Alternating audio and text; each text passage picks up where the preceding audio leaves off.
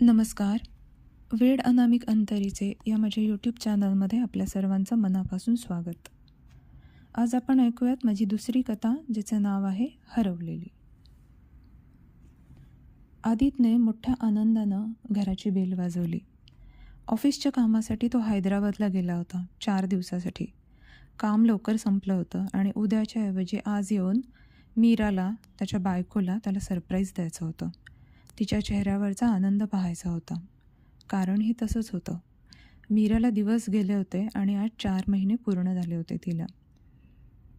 2-3 वेळा बेल वाजवूनही तिनं दार उघडलं नाही. तेव्हा आदित हिरमुसला.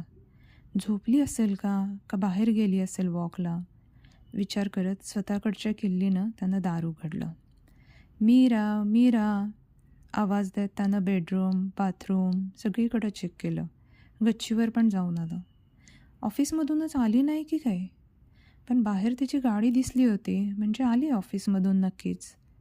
मग एकतर घरात किंवा मग नक्कीच वॉकला गेली असेल, त्यानं मनात विचार केला.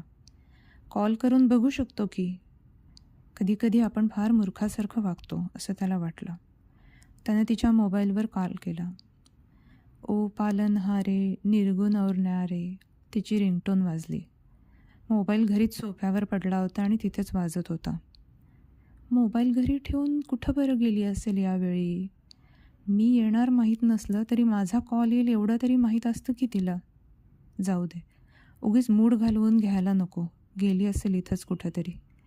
चला पटकन फ्रेश हो आणि चहा करू छान फक्कड आलं घालून, आणि बरोबर गरमागरम पोहे. चहा, पोहे आणि खास तिच्या आवडीची हैदराबादी बिस्किट्स.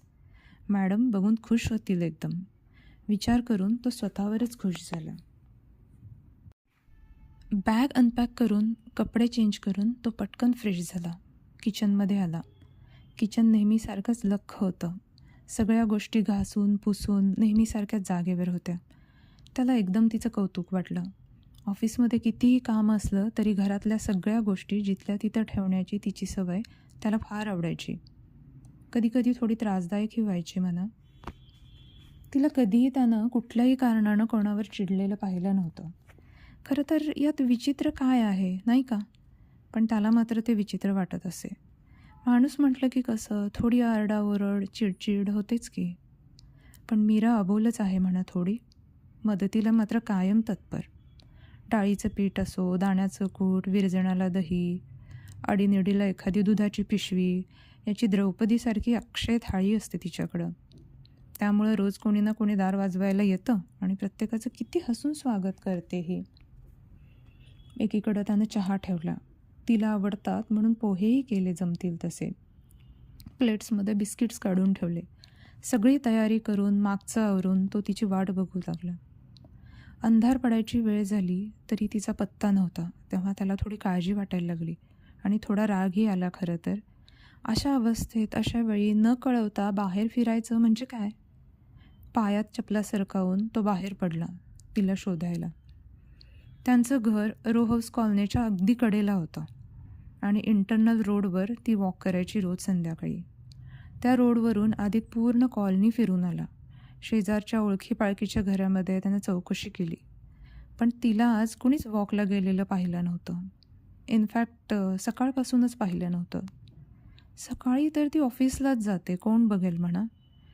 या बाजूला आली नाही म्हणजे दुसऱ्या बाजूला असणाऱ्या गार्डनमध्ये गेली असणार नक्कीच. आदित त्या दिशेला वळला. चालता चालता त्यानं भराभर तिच्या जवळच्या मैत्रिणींना फोन लावले, पण ती कोणाबरोबरच नव्हती किंवा तिचं इतक्यात कोणाबरोबर बोलणंही झालं नव्हतं. फोनवर बोलत तो गार्डनमध्ये पोहोचला. आता व्यवस्थित अंधार पडला होता. संध्याकाळी वॉकला आलेली बहुतेक माणसं घरी गेली होती किंवा जात होती. तरी तो आत गेला. वॉकिंग ट्रॅकवर चक्कर टाकून पूर्ण राऊंड मारून आला. हिरवळीवर जिथे जिथे ती बसायची शक्यता होती तिथं त्यानं पाहिलं, पण ती कुठेच नव्हती. तेव्हा दमून शेवटी तो घरी परत निघाला. न जाणो एवढ्या वेळात ती घरीही आली असेल. झपाझप पावलं टाकत तो घरी निघाला. घरी पोहोचला तेव्हाही दाराला कुलूपच होतं.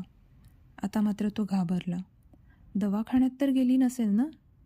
पण अपॉइंटमेंट तर कालची होती. त्यानं दवाखान्यात फोन केला. डॉक्टर राऊंडला गेले आहेत, थोड्या वेळाने फोन करा. त्याला सांगण्यात आलं. आता परत वाट बघणं आलं. तिच्या मोबाईलच्या कॉल रेकॉर्डवर काही आहे का म्हणून त्यानं मोबाईल चेक केला, पण त्यातही विशेष काही आढळलं नाही. पण शेजारीच तिची डायरी पडली होती. ती रोज डायरी लिहायची असं नाही, पण आधेमध्ये लिहायची काय बाई. त्यांनी पाहिलं त्यातलं मधलंच एक पान. दिसल्या ना कुणाला जखमा मनाच्या ओल्या, केल्या कितीक शर्ती तरी ना निमाल्या, बांधल्या रेशमाच्या मी पट्ट्या नित्य नव्या, बाहुल्या रक्तचंदनाच्या कैक झिजवल्या खऱ्या, जखमा तरीही मनाच्या ओल्या आतून साऱ्या. अरे काही मीरा, एवढं निगेटिव्ह कोण लिहितं? छान आनंदी लिहावं, आनंदी राहावं. पण हिचं आपलं वेगळंच त्याला वाटलं. निदान या अवस्थेत तरी. आणि ही काही पहिली प्रेग्नेन्सी नाही आहे तिची, तिसरी प्रेग्नेन्सी आहे. आणि 3 महिन्याच्या वर टिकलेली म्हटलं तर पहिलीच. दिवसाला 2-2 इंजेक्शन्स, आठवड्याला अल्ट्रासाऊंड, किती ते टेन्शन्स. लहान मुलं प्रचंड आवडतात तिला. पहिल्या खेपेला तर किती खुश होती ती. दुसऱ्या वेळी घाबरलेली, पण तरी धीरानं घेतलं होतं. आणि काय म्हणालो होतो आपण तिला दुसऱ्या खेपेला मिसकॅरेज झालं तेव्हा? गाडीतून परत येताना किती वैतागलो होतो आपण. हे सगळं माझ्याच नशिबी यायचं होतं का? उगाच हो म्हणालो तुला लग्नाला असं वाटतंय. त्यावर ती काहीच बोलली नव्हती. डोळे मात्र नुसतेच भरून आलेले. त्याच्यानंतर बरेच दिवस अबोला धरला होता माझ्याशी. पण मग तो रुसवा कसा मिटला? मी काय केलं होतं? काहीच आठवत नाही. का केलं असेल तिनं मला माफ? आणि तसंही मी काही म्हटलं तरी कुठे जास्त दिवस अबोला धरू शकते ती माझ्याशी. तिसऱ्या वेळेस तर काकुळतीला येऊन नको म्हणून सांगत होती ती, एखादं बाळ दत्तक घेऊ म्हणून. पण आपणच तिची कल्पना उडवून लावली होती. पण आपला डिसिजन एकदम परफेक्ट ठरला यावेळी. स्वतःवरच खुश होऊन तो म्हणाला. दवाखान्यात फोन लावलाय खरा, आणि नसेल दवाखान्यात तर काय करावं आता? पोलीस? कल्पनेतही त्याला हे नको नकोसं वाटलं. काही बरं वाईट तर झालं नसेल ना? त्या कल्पनेनेही त्याच्या अंगावर काटा आला. मीरा कुठं गेलीस अशी न सांगता सवरता मला? कुठं शोधू मी तुला? एखादी हिंट तरी सोडायचीस. तुला माहिती होतं मी इथे नाही आहे, तू एकटी आहेस, मी कॉल करेन, काळजी करेन. आता तरी तू घरी यायला हवंस. कसं सांगू तुला माझी अवस्था काय झाली आहे? हा होता हरवलेली या कथेचा पहिला भाग. तुम्हाला कसा वाटला कमेंट बॉक्समध्ये नक्की कळवा. धन्यवाद.